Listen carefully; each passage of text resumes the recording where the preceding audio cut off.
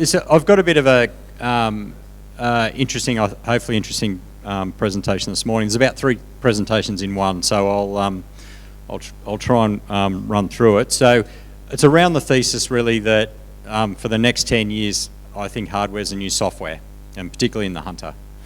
A little bit quickly about the Melt. People probably know us from the Melt Accelerator out at Warners Bay, which is a little prototyping and advanced manufacturing hub. We've expanded that now to another facility in Muswellbrook, which I'll talk about. And then a consulting division. So we tend to do a lot of consulting for government around building these advanced manufacturing centres all over the place. And then lastly, venture capital, which I'll get to, which is probably the new exciting thing we're working on. So we've got 2 prototyping centres in the Hunter Valley, one out at Warners Bay at the top, and the new one which should be open in September in Muswellbrook, and that one focuses on energy transition. And it's a bit broader in that it does a bit of skills development as well. So not only is it helping startups and corporates with prototyping, it's also doing STEM programs, some STEM lending libraries, and helping SMEs in the Upper Hunter, I suppose, diversify and take part in the energy transition. So why I think hardware startups will own the next decade. So firstly, I get a lot of people confused, particularly in the Hunter, about what a startup actually is. I like this definition. It's a company that doesn't know what its product is, who its customers are, or how to make money. And that generally cuts out a lot of people that think they're startups. Most SMEs are probably not a startup. Most of the people we work with are these early stage businesses. And then on top of it, we make it more complex by working with hardware startups. So these are companies that make a physical product. So most of the startups we're all aware of historically, particularly in Australia, are startup-based, software-based startups, whereas I think the next 10 years are going to be people that actually make physical products. And so it makes the job of those startup founders 10x harder than a software business. And that's because when we look to work with founders in this space, most of the startups have to deal with a few things, and that's a customer risk, business model risk, how they're going to make money, are they going to run out of money, and a team risk, whether they can execute or not. Very rarely in software does anybody say there's a technical risk issue in software. Basically, you make a mistake, you change a line of code, it's fixed. The problem with hardware startups is that the technical risk associated with those businesses is extremely high. And that's an additional risk that software businesses don't have. And that makes them harder to start, harder to survive. And some of those things include some of those things I talked about. So it's very hard to upgrade a piece of hardware. Software, once again, you can upgrade it. There's significant delays in iterations. Software, you change a line of code, it's fixed. You might have a problem with a physical component of your product, and that might take 2 or 3 weeks to fix. So Australian manufacturing has been on the decline, as we all know.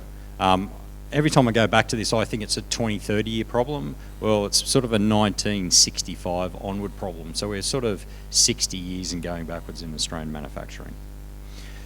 And one of the issues is there's no investment in the space at all. So all the things we hear about this morning around net zero, about hydrogen, well, the problem is historically there's been no money going into the space.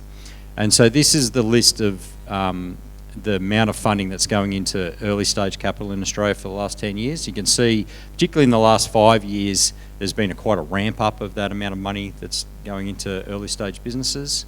So now there's 106 funds in Australia focused in on early stage. Of those 106, there's 3 that mention manufacturing in their investment thesis, and there are 0 dedicated advanced manufacturing funds in Australia. That's crazy, right? So here's the thesis why I think we need to be focusing on this area. So all of the global governments, including the Australian federal and state government, are now putting all their money into modern manufacturing. So COVID obviously highlighted the risk that we're in serious trouble, we can't make anything in Australia, and I think COVID highlighted that, but there was already a bit of a movement towards trying to fix that in Australia. So there's a lot of money going into the space. Secondly, the whole net zero challenge that we've got to 2050 is all hardware. There's no software businesses, and all the things you probably heard about the last 2 days, and very rarely software is going to be fixing anything to do with net zero, and it's all manufacturing. And I think we've missed the opportunity, particularly in the Hunter, of connecting those things back together. I think that should be the thesis of a Hunter. And then, importantly, investors don't like this space because it's not scalable like a software business is. But this space in advanced manufacturing reminds me of where software and venture capital was 10 years ago in Australia, with the rise of the cloud and the cost of starting those software businesses coming down. Exactly the same things happened in hardware in the last, probably, I reckon, 3 years in particular, particularly with the rise, obviously, with 3D printing, has made the cost of starting these businesses similar to what software businesses were 10 years ago. And that's I think, where Australian investors have missed a bit of a trick. So just quickly, once again, come back to what advanced manufacturing startups have got to do. They've got to do exactly the same thing that all startups have to do, and that is build a product as quickly as possible, get in the hands of the customer as quickly as possible, learn, and go through that again. It's called the build, measure, learn cycle. We've been working on that we've known about that probably in software for about 20 years. Hardware still hasn't really clicked onto this, and so a lot of the thinking out of the high growth software businesses are now starting to appear in manufacturing businesses, which is good.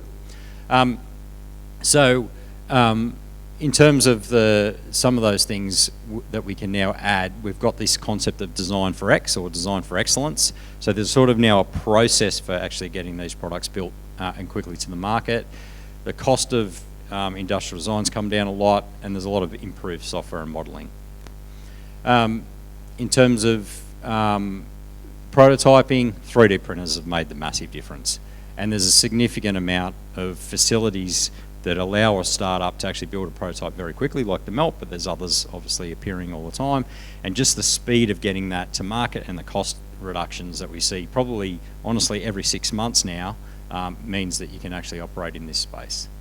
And then lastly, you can now build short-run product in Australia, which you probably haven't been able to do for the last 20 years. Sure, once you get to needing to manufacture 10,000 units of something, you've probably got to still have an outsourced sort of China involved. But now we can actually build things in Australia, at least at short run, and that's important for startups to be able to prove their products out. And the good thing is I've been able to find those Australian vendors that haven't gone bad in the last 50 years and just hung on long enough, I think, to catch the next advanced manufacturing wave in Australia. So what do we need in the space? We need capital. That's the biggest missing thing. But secondly is this upskilling problem that everybody's been talking about, and that isn't particularly in the Hunter, waiting around for a reskilling opportunity like we had with BHP and Curry smelter closing. What employers need now is short course upskilling as quickly as possible, and I think we just heard that from the panel actually, which is good. And that means not sending your employees out for a 12 months course. It means a week, a night a week for 3 months, just to be able to upskill people. And in this space, that means turning a sheet metal worker maybe into a CNC machinist, an electrician into a high voltage electrician, and a machinist into somebody that can run a 3D printer. It's that basic stuff that was missing, and then capital, which I'll cover. So what we've done recently is launched a fund specifically aimed about investing in early stage advanced manufacturing businesses. So it's the first dedicated advanced manufacturing fund in Australia, and it's the first fund in the Hunter. The Hunter doesn't have a fund either. So really, if you look at the investment themes in terms of what we're investing in, it's clean tech, probably about 60-70%. Industrial IoT, which is a strength of the Hunter actually. We've got some great industrial IoT businesses, and advanced manufacturing, and that really covers university spin-outs predominantly. And so, particularly if you look at these three buckets, these are the strengths of the Hunter for the next, I think, 30 to 40 years. Clean tech, so that's renewables and storage like you've heard about, hydrogen, batteries, etc. But it's much broader than that. It's got circular economy in there, it's got agriculture in there. It's got transport and logistics, which is a big part of what we need to be doing. Internet of Things, which covers all those industrial IoT, but it also has a little bit of medtech in there. And the Melt will have a new site up at the John Hunter Hospital, hopefully within 6 months, I think it'll be open, and that'll be helping to commercialise IP coming out of the health district as well. And then some great companies we've got in the Hunter around automation, robotics, some excellent advanced materials companies in the Hunter as well, and huge amounts of opportunities in university spin-outs still. So we've been investing in about We've probably done about 12 companies in the last 12 months. They've raised more than $20 million all out of the Hunter, which is pretty impressive.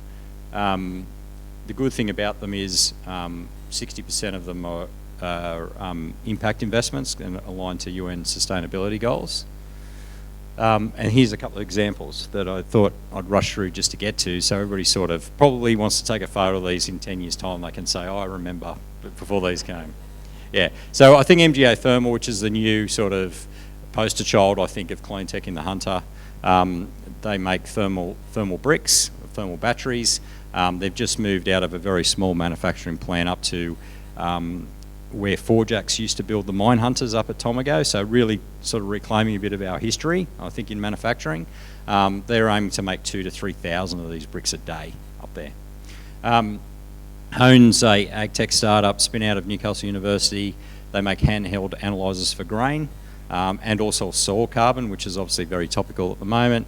Allegro Energy are a spin out of University of Wellington in New Zealand that make electrolytes for supercapacitors. It's like a 10 out of 10 nerd opportunity. But if you think about, I'll give you a little analogy, the tram in Newcastle actually runs on supercapacitors. So it hasn't got any wires associated with it. Basically charges at each station and it charges a bank of supercapacitors. They're just basically like about 1,000 little AA batteries. And it turns out in those AA batteries, the electrolyte, which is the liquid in them, is about 70% of the cost. And it's extremely toxic. So it's hardly clean tech, all right? So these guys have been able to make an electrolyte's about 10% of the cost and 100% non-toxic. So you think about the global opportunities for a Hunter-based company in manufacturing, similar to Energy Renaissance. You know, there's all of these new Energy Renaissance type companies starting to appear in the Hunter. Liftango, I think everybody probably knows in the Hunter, they're a on-demand shared transport company. They started in probably 2017. They've just raised an extraordinary amount of capital to move their on-demand bus transport systems all around the world. Most of the stuff they do is in Europe. They run half of New Zealand, nearly all of Europe with on-demand buses.